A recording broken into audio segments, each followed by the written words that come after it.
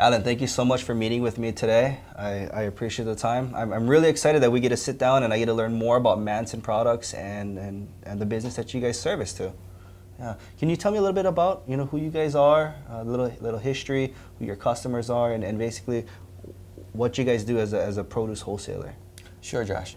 Manson Products has been around for about 30 years, started by my father. I took it over about 15 years ago. We have statewide distribution. We're a produce wholesaler. We sell fresh fruits and vegetables to schools, restaurants, hotels, institutions. And what percentage of like local produce do you guys sell to? Like what do you guys carry? I would say 30% of our inventory right now are locally grown produce. Okay. And any specific produce is in higher demand? Right now, we sell a ton of locally grown tomatoes, a lot of papayas, pineapples, sweet basil, melons, kale, broccoli. So it's a wide range, green cabbage, Chinese cabbage. So yeah, that makes up pretty much about 30% of our inventory. Oh, that's great. And as far as the trend is eat local, farm to fork, farm to table, and we're hearing that nowadays. Are you getting a lot of calls from restaurants that say, "Hey, Alan, we want something local. What do you guys have? And what is the trend on it? What's your take on that?" That's pretty much one of the first questions they ask me is, what items are locally grown that you carry? So I'll give them a list of everything that we carry that's local, and they'll pretty much determine their menu from that local list that I give them. So that's a huge trend that you feel that's... It is. It's growing. Farm to fork is growing. Every restaurant wants to do some kind of farm to fork part on their menu. Okay. No, that's good. And as a farmer, what type of certifications would I need to get in business with Manson? Typically, you would at least need a GAP certificate, which is a Good Agricultural Practices certificate. There's also one step above that would be a full-on food safety audit, which can take anywhere from 4 to 6 hours to conduct an audit. So the inspector will go and check your facility, check all your paperwork, your documentation. They'll check to see what kind of chemicals you're using, if they're approved, pest control, temperature control. So it's a pretty extensive audit. The state of Hawaii actually does help you obtain that. Obtain all the certifications. Okay. And any other specific requirements? Let's say if a national chain wants to use my farm as to purchase produce from, or if a hospital and any other specific requirements. A national chain would typically send over their own QA team, quality assurance team, to inspect your farm and approve you as a supplier for that specific concept. And their guidelines are typically a little more stringent than a regular food safety audit. They're very specific as to how they approve their suppliers, and it depends on if it's a high-risk item or a low-risk item. So if it's a high-risk item, they'll be extremely stringent. High-risk item would be something like bean sprouts, leafy greens, something that's consumed raw, versus something that's consumed cooked, fully cooked. Okay. And then, what type of packaging would I need as far as delivering to Manson, or shipping products or something? If you deliver to me, you're gonna just have to have a refrigerated truck, because when it comes to my place, we temp incoming temperature, we log it down, or I can have my trucks go to your farm and pick the product up. As far as packaging, typically for food safety, they ask for brand new boxes, not recycled boxes, with your label, farm name, and label on the box. Anything that's stackable is fine. Okay, well, that's great. Well, I appreciate it, Alan. Thank you so much for your time. I know you're a busy guy. Yeah, thank you so much. Thanks, Josh. Yeah, thank you. Then Josh visited Garden and Valley Isle Seafood for advice on selling seafood. Terrence, thanks so much for meeting with me today. Can you tell me a little bit about your company? Sure.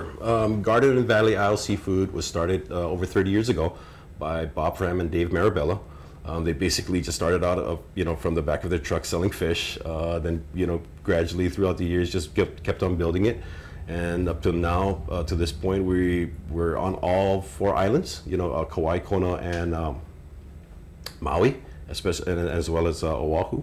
And basically, we just buy a lot of fish from the auction. We bring in some fish from California, from Australia, all over the world, and we just distribute it. And that's all goes straight to the auction, you guys? No, actually, we buy our local fish from the auction. Okay. That's all the fish that's longline caught. Okay. We bring in some salmon from the West Coast. We bring in snappers from anywhere from Fiji down to Australia and then even Indonesia. Mahi-mai comes from all over the world. As long as we can get wherever we can get fish, we try to bring it in here and distribute it out to either retailers. The fish that are caught over here, we most likely will sell it out to wholesalers on the mainland, and then we sell to restaurants on the mainland and as well as Oahu. Oh, so you guys have a lot of customers then? Not bad, pretty good, yeah. Oh.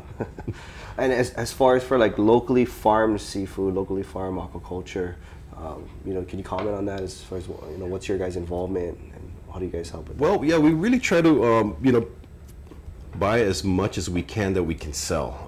The 3 items that right off the top of my head that I can think of is the Kampachi, of course.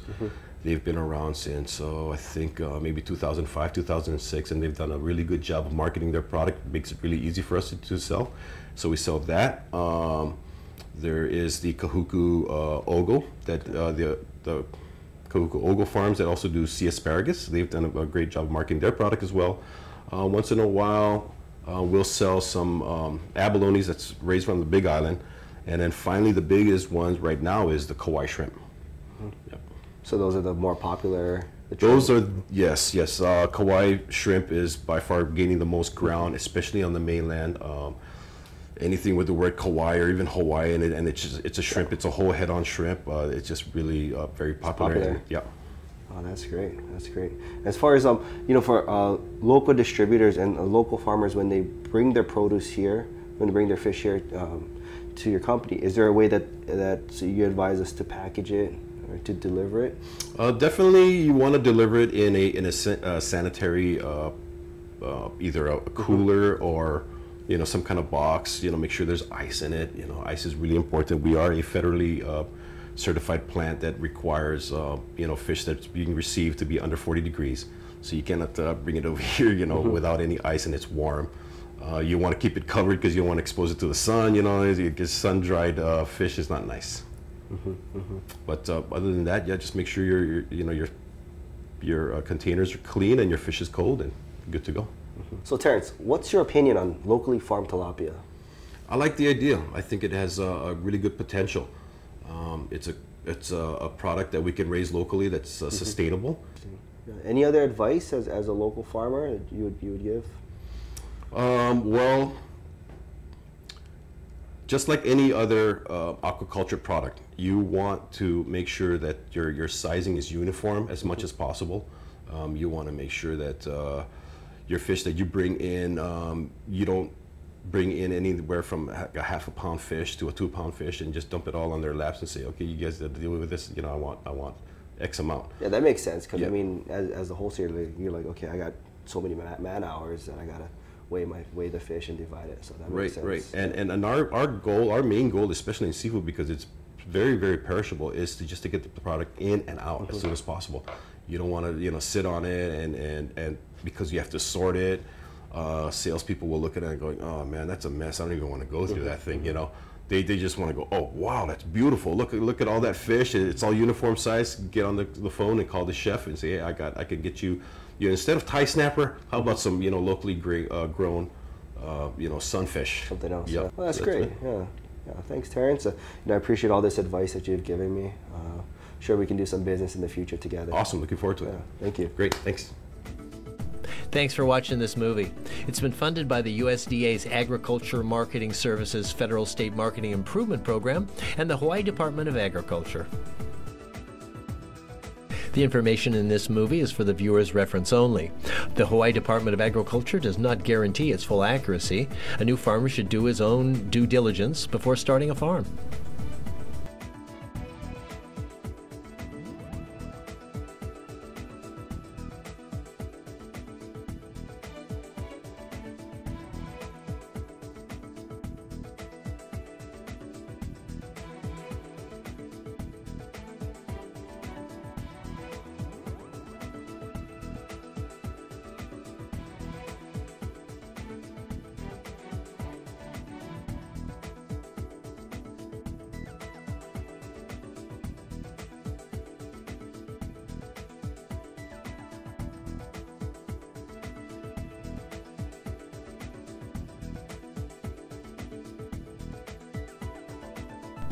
You know, we really do encourage entrepreneurs and investors to start new farming businesses in Hawaii.